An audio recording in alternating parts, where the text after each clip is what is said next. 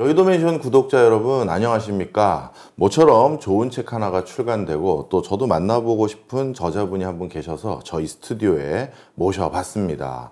사실 요즘처럼 또 불장이 또 간만에 도래한 것 같습니다. 그러다 보니까 참 마음이 참 그렇죠. 주가가 들썩들썩거리지 않을 때는 아유 주가 좀 올랐으면 좋겠다 하는 마음이 드는데 또 너무 들썩들썩거리니까 이것도 버블 아니야? 이러다가 또 큰 거 터지는 거 아니야? 오만 가지 생각들이 있습니다. 그럴 때는 좀 다양한 경험도 해보고 우리 투자계 오랫동안 옆에서 지켜봤던 분을 모셔서 이걸 어떻게 바라봐야 될지 여쭤볼 필요가 있는데요. 그래서 모셨습니다. 더 루프 금융 3000년 무엇이 반복되는가의 저자이신 이희동 작가님 모셨습니다. 작가님 안녕하세요. 안녕하세요. 저는 뭐 여러 루트로 우리 작가님에 대해서 들은 바가 있습니다만 우리 저 구독자분은 처음 뵙는 분들이 대부분일 테니까요. 자기소개 좀 부탁드립니다. 네, 안녕하십니까. 네, 더 루프 요번에 출간한 그리고 집필한 이희동이라고 합니다. 저는 증권사에서 약 28년간 근무를 했습니다. 주로 이제 전략기획 그리고 IB, M&A 이런 업무들을 담당을 했었고요. 이렇게 28년을 되돌아보다 보니까 제가 있는 동안에 많았던 금융위기 중에 네. 큰 세 개의 금융위기를 다 현장에서 경험을 했더라고요. 아, 그러시겠네요. 예, 제가 이제 97년에 입사를 했기 때문에 입사하자마자 IMF 외환위기. 네, IMF 외환위기를 겪었고요. 그 다음에 이제 2008년 네, 글로벌 금융위기 그리고 최근에는 2020년 예, 코비드 19까지도 경험을 했더라고요. 그 현장에서 이런 이제 위기들을 경험하면서 늘 이제 혼란스러웠죠. 네. 당황 많이 했고 두려움도 있었고요. 그때마다 늘 이제 생각해보고 다시 되돌아보는 것이 역사였어요. 예, 그리고 올 초부터 한번 다시 공부를 해보자. 예. 방금 이제 소개에도 말씀하셨지만 불장이기도 하고 네. 여러 이제 논란들이 많이 있지 않습니까? 예. 그래서 저도 한번 다시 역사를 되돌아봤어요. 그리고 한번 정리를 다시 해봤고 그러다 보니까 자료가 많이 쌓였어요. 그래서 이거를 저만 보기에는 좀 아깝다. 그래서 한번 책으로 내볼까 해서 다시 정리를 했고요. 네. 이번에 이제 출간하게 되었습니다. 아, 그렇군요. 그러면 신한투자증권의 CFO하고 CSO를 겸하고서 지금은 고문으로 계신 건가요? 네, 맞습니다. 아, 그렇군요. 네. 나름대로 고문으로 계시면서 또 이렇게 한번 정리하는 시간을 가지면서 출간한 책이 바로 더 루프라는 책이었군요. 이제 이해가 됐습니다. 그러면 본격적으로 여쭤볼게요. 금융의 최전선에서 2008년 서프라임 모기지 그리고 2020년 코로나19 사태 직접 경험하신 분인데 그 당시 어떠셨습니까? 그러니까 제가 이제 앞서 말씀드린 것처럼 이제 역사책을 들여다보기 시작한 게 2008년 금융위기였습니다. 아, 예. 예. 그때 2008년엔 제가 이제 신한투자증권에 있었던 것은 아니고요. 예. 그때 이제 신한금융지주회사 전략기획팀에 근무를 하고 있었습니다.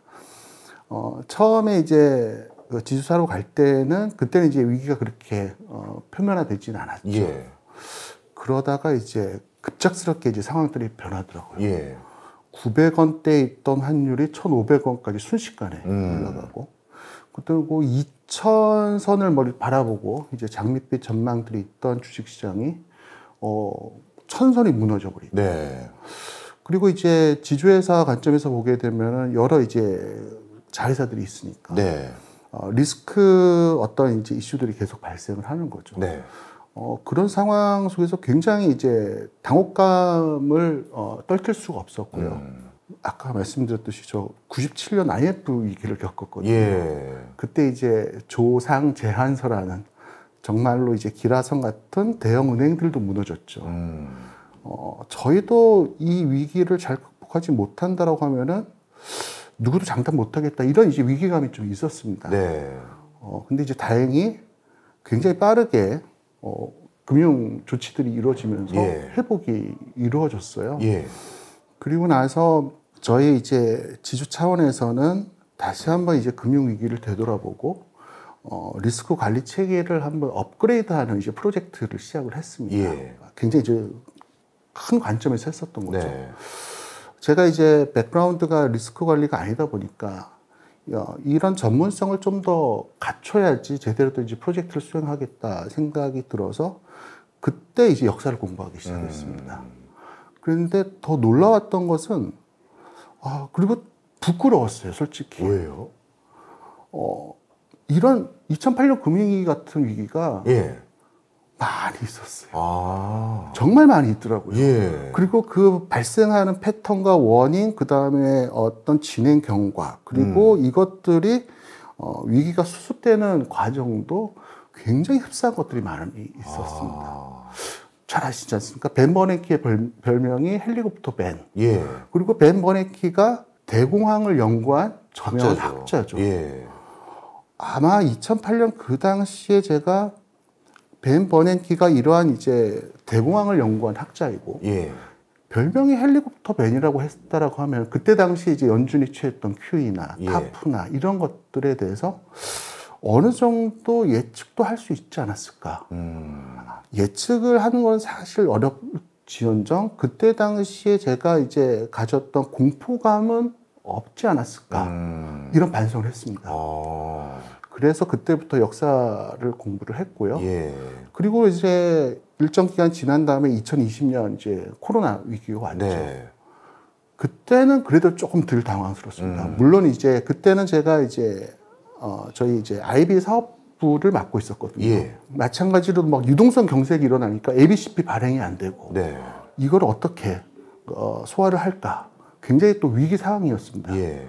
근데 그때는 좀 덜 공포스러웠어요. 왜? 2008년 경험이 있다 보니까 2020년에도 연준이 어떤 이제 액션을 취할 것이다. 라는 게 어느 정도는 좀 이렇게 감이 오더라고요. 예. 그래서 결국에는 그때는 우리가 이제 자산을 투매에 동참하기보다는 네.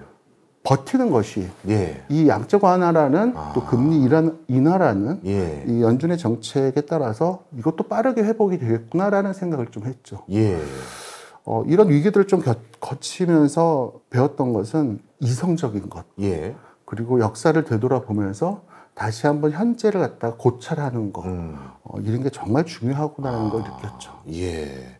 말씀을 듣고 보니까 위기는 사실 우리가 알지 못할 정도로 자주 발생했었고 그 전개 방식도 놀라울 정도로 비슷했다. 심지어 수습하는 과정도. 자, 그래서 그런지 모르겠습니다만 이 책은 단순히 최근에 있었던 위기 몇 개만 조망하시는 게 아니라 고대의 화폐의 탄생부터 오늘날의 관세 전쟁까지를 쭉 훑으셨단 말이에요. 그만큼 투자를 잘하기 위해서는 또 투자자 입장에서는 금융을 통과하는 이런 역사적인 맥락을 짚어두는 게 중요하다 이렇게 생각하신 거죠? 네, 맞습니다.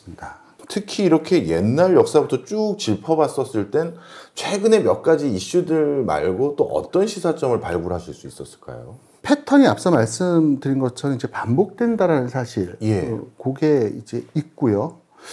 그다음에 두 번째로 좀 가장 중요한 부분인 것 같습니다. 사실 저도 이제 증권사 출신이기 때문에 네. 현장에서 이렇게 보게 되면은 증권사 직원들 이제 주식을 다룰 때 주식만 봅니다. 예. 그리고 기업만 보고 그게 이제 오를 것인가 말 것인가. 또는 이제 파생 상품을 보는 사람들은 이제 파생 상품과 관련된 그런 시장들을 좀 보는데 예. 결국에는 그 기저에 깔린 것은 화폐더라고요. 다시 한번 이렇게 되돌아보면은 지금은 우리가 이제 연준의 움직임, 예. 그 다음에 FOMC에서 어떤 얘기가 나왔는지 이런 거에 이제 관심을 기울이고 많이 보지 않습니까? 예. 결국 그것이 이제 기저에 깔려 있다라는 것인데 예. 이런 이제 화폐의 움직임이 어떻게 발생하는지 이게 어떤 영향을 가지는지 사실 그리고 제 책에 루프라는 용어를 쓴 여러 가지 이유가 있는데 네. 돈의 흐름이 이제 루프라고 저는 좀 정의를 했거든요. 예. 돈의 흐름을 이해하는 것이 투자를 어떻게 하느냐에 있어서 기본이 된다라는 사실인 것 같아요. 그래서 이제 3,000년 전에 있었던 이제 고대 화폐부터 공부를 하면서 정리를 했고요. 예. 그러다 보니까 정말 이제 참 의미 있었던 게 이제 로마의 역사더라고요. 예. 로마가 이제 몰락하는 과정에 대해서 여러 가지 관점에서 이제 이유를 제시를 하죠. 예. 근데 저는 조금 주목하는 게 이제 금융의 관점입니다. 디베이스먼트라는 용어 예. 요즘에는 많이 이제 요즘 아시더라고요. 많이 쓰더라고요. 예. 예. 근데 사실 저도 예전에는 디베이스먼트라는 용어를 몰랐습니다. 네. 그러니까 이제 그 화폐의 금이나 은의 함량을 줄이는 행위. 네.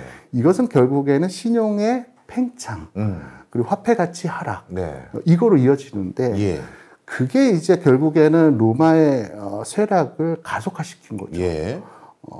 특히나 이제 로마 같은 경우에는 이제 화폐 기반의 경제를 가졌고 예. 그 화폐를 통해서 이제 국가를 운영하고 있었고 특히 주목할 점은 세계 최초로 이제 군인 연금을 운영하던 국가였지 않습니까? 네.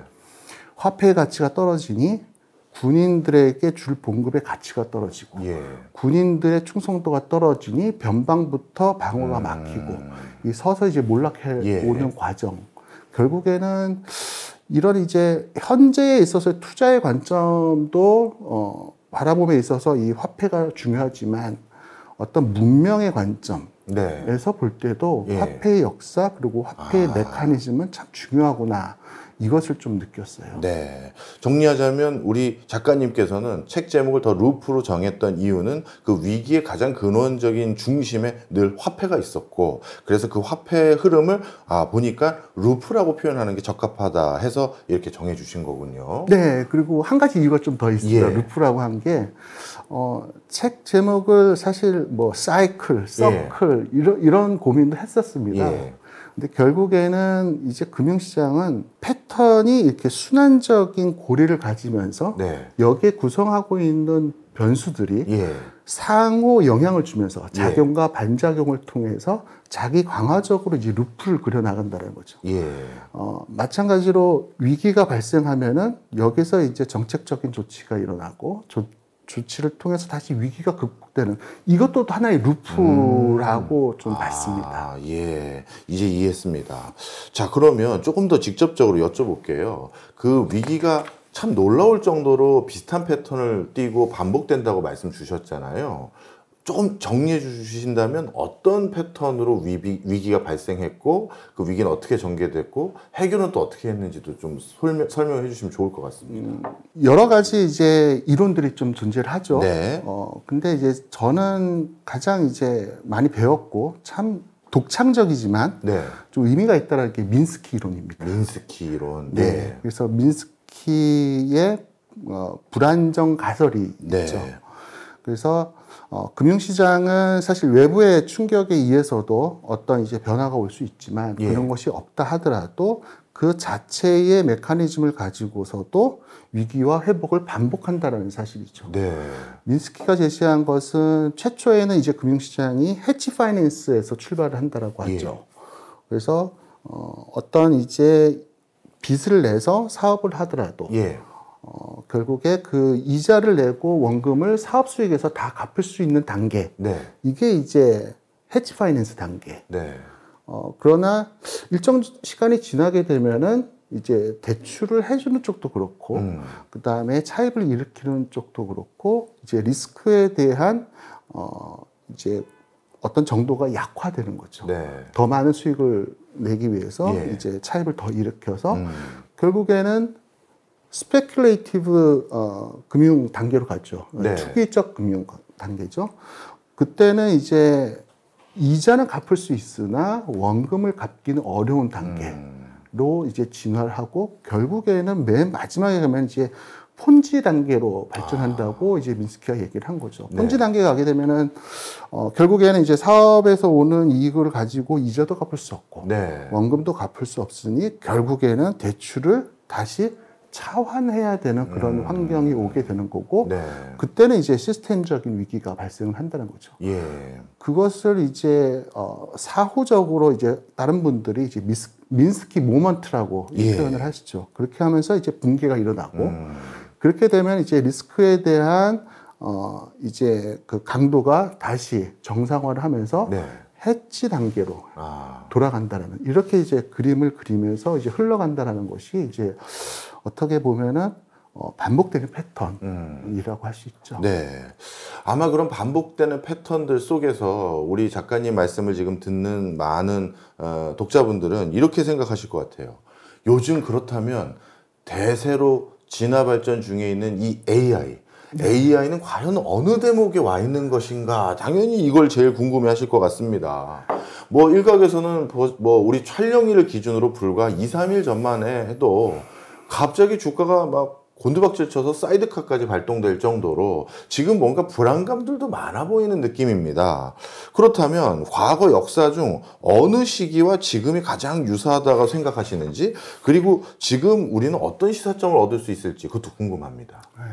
저도 요즘에 계속 대두되고 있는 AI 버블 논쟁들, 예. 그리고 최근 들어서 이게 어떻게 민스키 이론에 접해보면은 이제 해치 파이낸스 단계에서 약간 이 투기적 금융 단계로 가는 듯한 느낌이 드는 게 있죠. 왜냐면은 지금까지는 이제 뭐 이 기술주 기업들이 자기 이익을 가지고 AI 투자를 했지만 최근에 뭐 오라클에서 보듯이, 그다음에 메타도 이제 대출을 많이 일으키고 있으니까 그런 걸 보면서 이제 많은 분들이 이제 걱정을 하시는 것 같아요.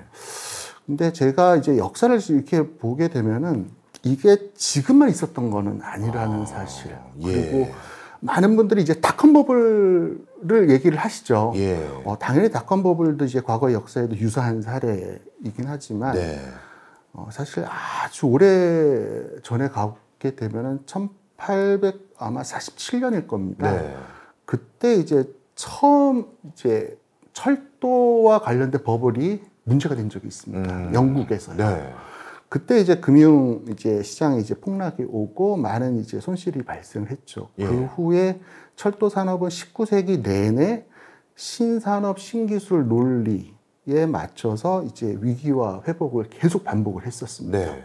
그리고 20세기 초에는 당연히 뭐 전기, 전화기, 냉장고, 자동차 이런 이제 신기술들이 등장하면서 버블과 위기 그리고 다시 회복을 반복을 했었죠. 그리고 나서 2008년 왔는데 그 참 보통 많이 좀 기억을 안 하시는 포인트가 있는데 1970년대에도 있었죠. 니프티 피프티요. 그게 이제 피프티다 보니까 뭐 코카콜라, 맥도날드 이런 거를 이제 주로 말씀을 하시는데 그때 이제 제록스나 IBM, 그다음에 폴라로이드 이런 기업들은 정말로 지금 같은 그 뉴 테크놀로지 신기술로 이제 어떤 주가 가치를 올리고 그때 이제 퍼배수나 이런 것도 지금하고 거의 유사할 정도로 굉장히 높았던. 그러니까 역사 속에 보면은 이게 계속 반복을 했었습니다. 방금 말씀드린 거 외에도 사실 찾아보면 굉장히 많거든요. 이 점에서 꼭 한번 투자자들에게 좀 말씀드리고 싶은 거는 뭐 앞으로도 계속 반복해서 제가 말씀드릴 것 같은데 위기는 피할 수 없는 것 같아요. 그리고 위기는 꼭 옵니다. 단지 우리가 언제 오는지를 예측하지 못할 뿐이죠. 그래서 위기가 온다라는 것을 전제하고 어떤 투자 활동을 하는 것이 맞지 않을까. 근데 이렇게만 보면은 굉장히 이제 비관적이지 않습니까? 근데 더 중요한 건 저는 반드시 또 회복은 한다라는 사실이죠.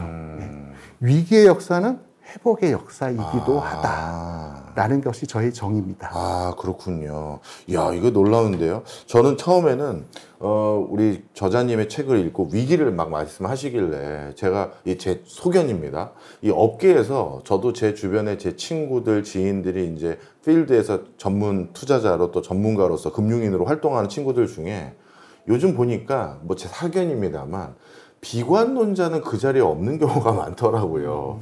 뭔가 위기 속에서도 뭔가를 또 찾을 수 있다, 기회를 엿볼 수 있다, 이런 분들만 그래도 뭔가 계속 승승장구를 했는데 위기 뒤엔 반드시 회복이 된다. 그게 제일 중요한 또 키포인트네요. 자, 그러면 책을 보면요, 정부와 중앙은행의 금융정책, 통화정책 얘기도 정말 많이 언급을 해놓으셨는데 특히 금융위기와 이런 것들은 저희가 역사적인 맥락 속에서 어떻게 연관지으면서 성찰하면 좋을까요?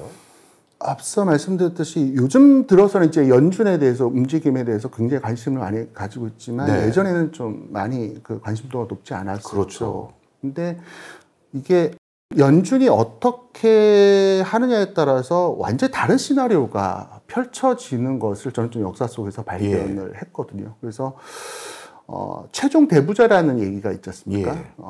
그것처럼 최종적으로 이 어떤 이제 환경을 극복하고 개선시키는 역할도 하지만 역사 속에 보게 되면은 최초의 격발자이기도 하더라고요. 아, 문제를 일으키는. 네, 그렇죠. 오. 그래서 연준이 어떻게 정책적인 것을 펼치느냐를 저희가 이제 계속 관심 있게 좀 봐야 되는 것 같다라는 생각이 듭니다.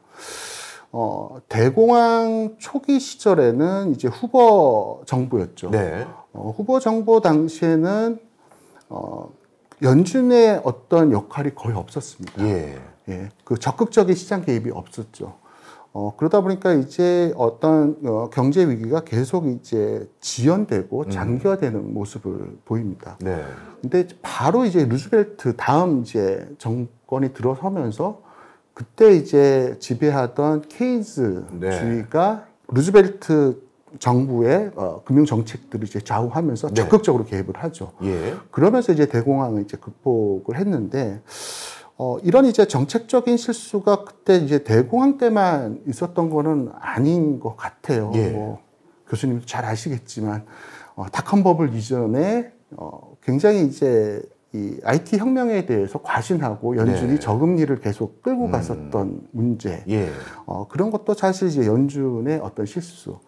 그다음에 미 연준은 아니지만 일본 같은 경우도 예. 그 85년 이제 플라자 합의 이후에 예. 이 엔고를 어떻게 극복할 것인가를 이제 저금리로 갔지 않습니까? 그렇죠. 그러면서 바로 이제 80년대 후반부터 버블이 일어나고 예. 그게 결국에는 30년에 이제 잃어버린 세월을 가져오는 것처럼 예. 연준은 격발을 하기도 한다. 네, 그런 거고요. 말씀드렸던 뭐 최종 대부자로서 정말로 그 효과적으로 이 경기를 다시 살리는 것은 많은 사례가 있죠. 네. 2008년 위기 때 정말 훌륭하게 그렇죠. 했었고요. 예. 그다음에 그 2008년의 경험을 바탕으로 2020년에는 그 회복의 그 기간도 짧았고요. 예. 예, 그래서 연준은 최종 대부자이지만 그 정책에 대한 것은 초기부터 우리 투자자가 계속 관심을 깊게 둬야 되는 것 같습니다. 네. 사실 책을 읽다 보면 저자의 필력을 바탕으로 성품들이 드러나는데 우리 이희동 작가님은 굉장히 진중하시고 또 겸손하다라는 느낌을 진짜 문장에서 많이 받았습니다. 왜냐하면 자기 주장과 자기 확신을 과감하게 던지는 분들은 뭔가 또 그 나름의 또 매력도 있지만 또 그런 성품이 뒤에 뒷받침됐기 때문에 그렇게 하시는 분들도 계시거든요. 근데 우리 이희동 작가님 같은 경우는 여러 위기를 직접 그 시장에서 경험하셔서 그런지 모르겠습니다만 시장 앞에 겸허해야 된다라는 인식을 정말 많이 가지신 것 같더라고요. 그래서 오늘 인터뷰도 좀 겸손하게 말씀하시려고 애를 쓰시는 건 알겠습니다만 그래도 뭐 우리 다 개인적인 의견들이 있는 거니까요. 어떻습니까? 연준은 지금 그래도 고금리 기조의 틀에서 아직은 범주에서 유지되고 있는 상황인데 여타 국가들 중국이라든가 다른 국가들은 일찌감치 벌써 저금리 기조로 돌아서는 그런 국가들도 있고 지금 전 세계의 경제 상황에서 이런 중앙은행들의 분위기는 격발자처럼 걱정이 되시는 시각이세요? 아니면 아직은 그 정도는 아니다 이렇게 보십니까? 이런 민감한 얘기를 꺼내면은 그 회사의 어떤 컴플라이언스 이슈에 문제가 될 수는 있겠지만 추상적으로 말씀 주셔도 돼요. 네, 이건 뭐 그냥 완전히 개인적인 개인적인 관점이라는 전제하에서 말씀드리면은 이게 이제 금융과 경제를 바라볼 때 있어서 정치를 무시할 수 없지 않습니까? 그렇죠. 예. 그 관점에서 본다라고 했을 때 유럽의 중앙은행들은 격발자 단계로 이미 간 것 같습니다. 예. 사실 그 정부가 가지고 있는 부채 규모를 감안했을 때 이렇게 금리를 낮추거나 또 재정을 많이 푸는 쪽으로 가기는 맞지 않은 것 같다는 전 생각이 드는데 프랑스 최근에 이슈된 것처럼 좀 과감한 그런 이제 정치들을 하고 있는 거 보면은 약간 우려되는 격발자 단계로 가는 거 아닌가라는 생각이 들고 있고요.